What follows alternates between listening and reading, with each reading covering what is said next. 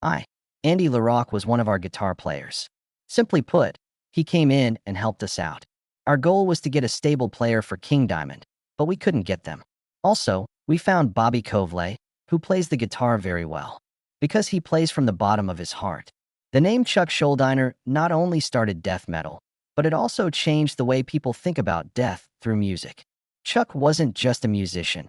He was a quiet icon who stayed true to himself in the metal business, even when it became confusing and commercialized. He had unmatched guitar skills, wrote philosophical songs, and wouldn't give in. Millions of people look up to him as the founder of modern death metal, the man whose pain and loneliness inspired a whole genre. A lot of people think that Scream Bloody Gore was the first thing that made death metal famous around the world. Its themes of humanity, symbols, and the sound of perseverance have become timeless landmarks in the history of violent music. Behind those wild tracks, though, was a calm person who loved animals and his family and had once hoped to become a doctor instead of a stage star. He didn't like to act fake, didn't drink, and once canceled a show because the organizer tried to add a satanic symbol to the poster. It was a beautiful paradox in the metal world that Chuck Schuldiner's death wasn't the end, but the start of deep thoughts about life, loss, and identity. An artist who didn't have to scream for attention or get into trouble to be recognized. His music spoke louder than any words could. So what made a shy Florida boy into the face of death metal forever? And why does everyone still talk about Chuck Schuldiner as an untouchable hero more than 20 years after he died? How about we watch this video and find out? Beginnings. Born on May 13, 1967, in Long Island, New York, Chuck Schuldiner comes from a family with Jewish, Spanish, and Austrian roots. Chuck was the youngest of 3 children. He grew up in a loving, but not very rich, home. He moved his family to Florida in 1968. This is where death metal got its start. A sensitive soul was slowly taking shape there, in the middle-class American neighborhood with the quiet streets. The world hadn't yet realized that it would change a whole style of music. Chuck was a shy child from a very young age. He didn't belong at school, didn't like loud games, and often wanted to be alone. Schuldiner was a quiet kid with average grades, so his teachers didn't think much of him. For his family, though, Chuck was always unique. Music, life, and death all interested him in a strange way. It all changed when Chuck was only 16 years old. In a terrible motorbike accident, his brother Frank died. That loss left an unseen wound that would never fully heal. When it happened, Chuck's inner world changed forever. Death was not a far-off thought anymore. He thought about it every day, not in a sad way, but as a deep question that needed an answer. Just why are we here? How do you really feel about death? Due to Chuck's grief over Frank's death, his folks gave him a guitar. What they didn't know was that this gift would save him. The only person who could understand how their younger child felt during the storm. Chuck almost completely learned to play by ear. He never went to music school or had any formal training. And this instinctual drive mixed with silent pain started to shape a style of music that was different from any other. It was intense, emotional, philosophical, and deeply human. Chris never tried to hide how much he hated school. His high school career ended early, defying social norms just to live his life honestly and with fire. He believed that learning should be for understanding, not for following the rules. Music taught him the most about pain, people, and himself. Even though Chuck Schuldiner's childhood wasn't tragic in the usual sense, it was lonely, full of silent loss, and marked by an early knowledge of death that made him stand out. Someone who didn't quite fit in with the rest of the world but wasn't ready to fight it either had that kind of youth. He was a lost soul who only found true peace in the music he made himself. Beginners in their careers. In 1983, Chuck Schuldiner, who was only 16, formed the band Mantas in Florida with 2 friends, Rick Ross, who played guitar, and Cam Lee, who played drums and sang. This wasn't just a garage band made up of teens. It was the start of what would become death metal as a whole. They started making heavy, fast, death-themed songs in a small bedroom with basic recording gear. They had a clear structural mindset, which helped them avoid the chaotic habits of many extreme bands at the time. Chuck released a number of self-recorded demos with Mantas, including Death by Metal, 1984, Reign of Terror, and Infernal Death.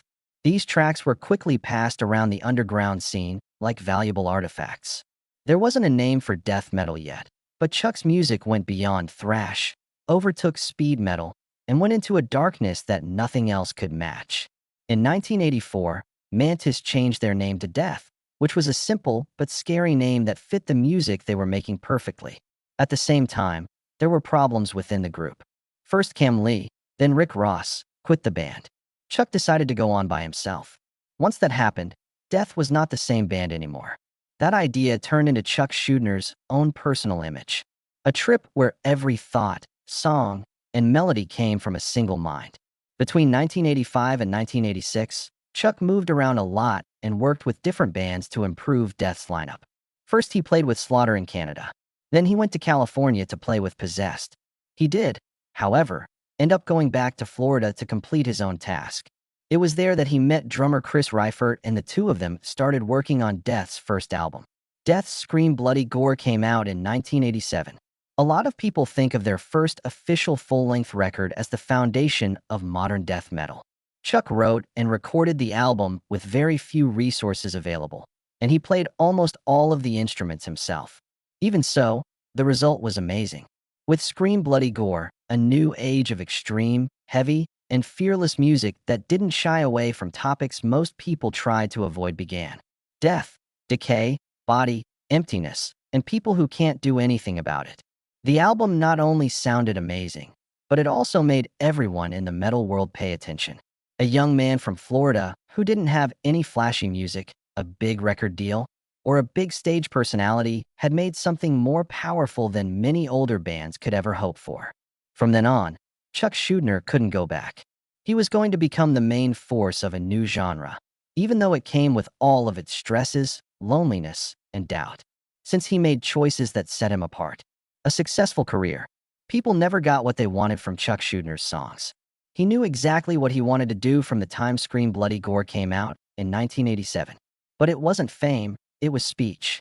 He dealt with his anger, pain, and the unanswered questions that had been bothering him ever since his brother died through music. That first album, which Chuck recorded almost completely by himself, shaken up the metal scene with its heavy sound and simple, effective structure. It also started a genre that didn't even have a name yet. Extreme death metal. Nevertheless, Chuck did not end there. The release of Death's second record, Leprosy in 1988, showed that he wasn't a one-hit wonder. The guitar riffs got tighter, the music got sharper, and the lyrics got more deliberate.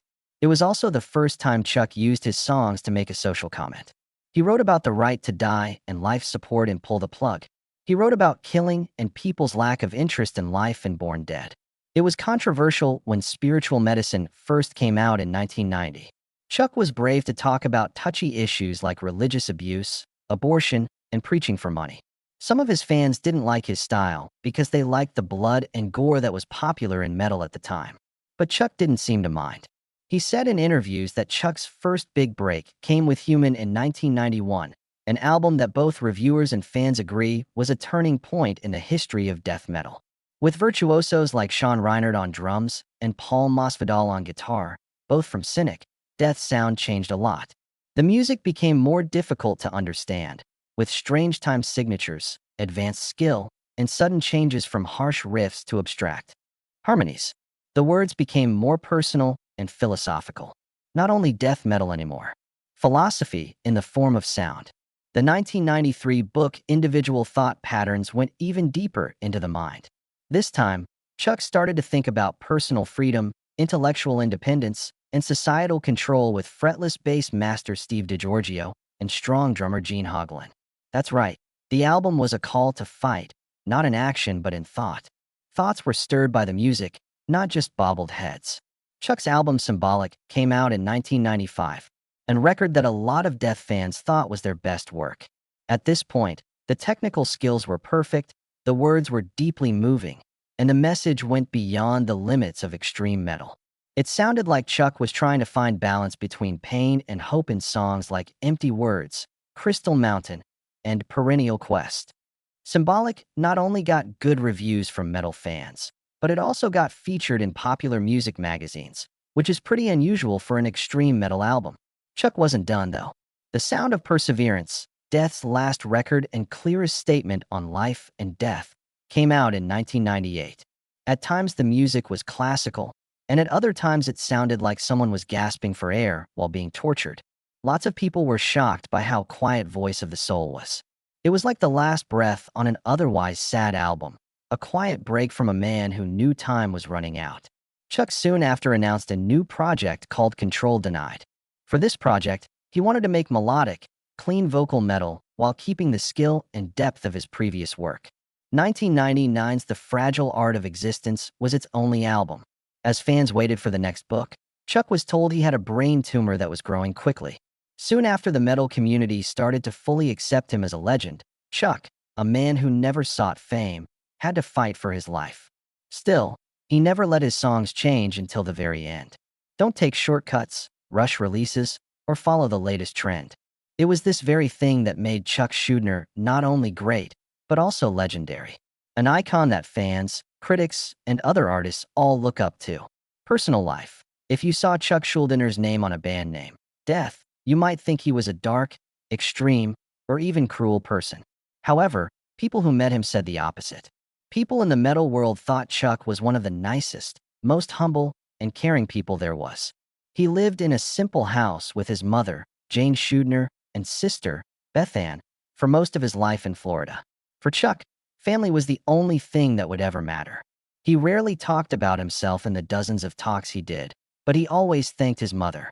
Jane took great care of him until the very end. She didn't treat him like a rock star, but like her youngest son who had never really been away from her. Chuck never got married, but in his later years, he found peace and comfort with a woman named Bethan, who happened to be his sister's name. Even though she wasn't popular or in any magazines, she became his biggest emotional support as he dealt with a terrible cancer diagnosis. Along with his mother and sister, she was one of 3 people who were there for him when his health, music, and future all started to deteriorate. Chuck was different from other metal artists because he didn't drink, do drugs, or go to wild parties. It was animals he loved more than people. He took in many stray cats, fed them, and took care of them. At one point, he even thought about quitting singing to become a veterinarian. A lot of times, he said that he would have started an animal rescue center instead of music, a safe place for small, fragile lives like the one he longed for after his brother died. Loud noises and attention bothered Chuck. He stayed away from controversies, the media, and putting on a show. His friends said he was always there for them, even when things went wrong. He was incredibly nice to his fans. He answered personal letters and hung out with them after shows, and he never acted like he was better than anyone else. His songs, such as Respect for Life, Resistance to Hypocrisy, and Protect Individual Freedom, showed how he thought about life. He wasn't a negative person. In fact, he wrote about death because he knew how important life was. He didn't hide his pain, but he also never gave up on it. Chuck was one of a kind because he was both gentle and intense, and he was quiet while others were yelling. Without a mansion, fancy cars, or a pool, Chuck Schuldiner decided to live a very simple life. Within the 4 quiet walls of his small Florida home studio, he wrote music that changed the course of an entire genre. When the cameras stopped rolling, his life went on quietly and fully, without anyone having to see. Illnesses and death. In late 1999, Chuck Schuldiner started getting terrible headaches while getting ready to record Control Denied's second album. He first thought they were caused by worry or too much work, but after getting medical tests, he was given a terrible diagnosis. There is almost no chance of surviving pontine glioma, a very rare and severe type of brain cancer. Chuck had to face an enemy he couldn't beat with music when he was 32 years old and had a lot of unfinished business. One of his surgeries was on December 13, 1999, 2 years and 1 day before he died. While doctors were able to briefly remove the tumor, the healing process was very painful and took a long time, so he had to stop all musical activities. The high cost of care quickly put Chuck's family in a financial bind. They had to sell their things, borrow money, and ask for help because they didn't have health insurance. But during this dark time, the metal community around the world showed more kindness than ever before. In honor of Chuck, hundreds of artists, bands, and fans set up donation drives and benefit performances. Benefit shows for Chuck were held all over the world. A lot of people, including Ozzy Osbourne, Cannibal Corpse, Napalm Death, and Testament, gave the man they called a living legend fighting for his life money, mental support, and spiritual support. Chuck didn't give up, even after a lot of hard rounds of treatment. He played the guitar when he could, kept writing songs, and kept hoping that he would come back. He wrote letters to fans with thanks and hope in his heart. Nothing negative or hurtful was said. He once said that the growth came back in late 2001, but this time it was worse than before. Chuck was always in pain, couldn't eat right, and had to go to the hospital a lot. But his mother, sister, and partner were always by his side, never leaving for a second. Chuck did not want to die in a hospital. He wanted to go back to the place where he had grown up, written songs, genuinely loved, and lived. Chuck Schuldiner died at home in Florida on December 13, 2001, exactly 2 years after his first surgery. His death took place in the arms of his family, without any stage lights, show, or ceremony. But news of his death caused people all over the world to mourn and honor him. From the US to Europe and South America, thousands of stories, messages, and memorials all said the same thing. One soul had died, and it would never be the same again. It's not that Chuck Schuldiner died screaming, or that he gave up hope. He left the world the same way he came into it, gently, bravely, and with a deep sense of humanity, legacy, and power. There isn't a huge fortune, a museum named after Chuck Schuldiner, or a huge media effort to honor his memory. He did leave behind a much more lasting legacy, though, an artistic, spiritual, and human one that lives on in the hearts of millions of extreme music fans around the world. If we want to talk about heritage, we have to start with Death, the band he not only started but also became. Between 1987 and 2001, a period of 14 years, Death did not just exist, it changed all the time. Death carved a road that didn't follow any rules, from rough, early recordings to highly technical pieces with deep philosophical meaning. Not only did Chuck Schuldiner not make a design, he destroyed all of them. That's why each Death record sounds varied. Each stage was a new step forward, and many bands have tried to follow suit, but few have come close to beating them. Tech death metal bands like Obscura, Nile, Gojira, and Beyond Creation, progressive metal bands like Opeth and Between the Buried and Me, and even black metal and avant-garde artists like Enslaved, Eason, and Devin Townsend all agreed that Chuck was an important part of their music and that he could not be replaced. Not only with his music, but also with the way he thought, by asking questions about life, society, and the point of being. Technically, Chuck Schuldiner was one of the first people to do a lot of things that are now standard in metal guitar. Alternate chords, stacked riffs, and tricky key changes are used.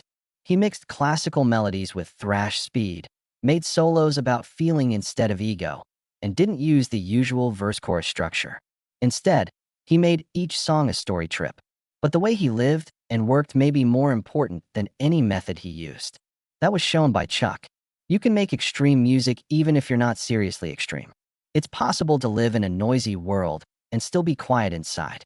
Even though you write about death, you love life more than anyone else. Chuck Schuldiner is still an unbreakable sign for his fans. Festivals and tribute pages are made every year to honor him. Online, you can find a t-shirt with the sound of perseverance, a solo from Crystal Mountain, or the phrase, "Let the metal flow." Each one keeps his spirit alive like a small light.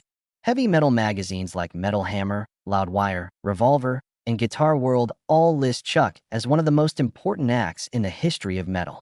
At the 20th anniversary of his death in 2021, musicians from other genres paid respect, realizing Chuck wasn't just a member of a certain musical style. He was part of a greater truth in art. Charles Schuldiner never did what everyone else did. For the sake of the market, he never gave in. He made music that will never go out of style, be replaced, or be lost because of this. The legendary Chuck Schuldiner never set out to be famous. He was just an honest man who loved music and never changed his mind about how he felt. No matter how crazy things got around him, he always tried to live an honest life. He didn't have an interesting voice, a movie star look, or lines that got people's attention. Chuck started a whole new era in metal history with just a guitar and a good heart. He did this not only through skill, but also through thought and soul. Through music, he took people on an inner journey where death was no longer something to be afraid of, but something to think about. Where anger didn't ruin, but instead created, and extreme metal bands learned to listen instead of just yelling. Even though he only lived for 34 year, every record, and every song carried the weight of a man who never gave up, never compromised, and was never forgotten. Not only was Chuck Schuldiner the founder of death metal, but he was also one of the few artists who was kind, honest, and brave enough to go where no one had gone before. Could it have been Chuck's approach to death, with music, faith, and stillness, rather than death itself that made him immortal? Chuck showed that you don't have to yell to be heard or rebel to be remembered in a world where everything is loud and easy to replace. To live and make things, all you have to do is be completely honest. Have you thought about Chuck Schuldiner's steady and motivational path? Which one of his songs spoke to you the most? Leave a comment with your ideas below, and don't forget to like and subscribe if you want to keep reading about stories of legends that never die. Thank you for seeing this. Keep watching the next movie.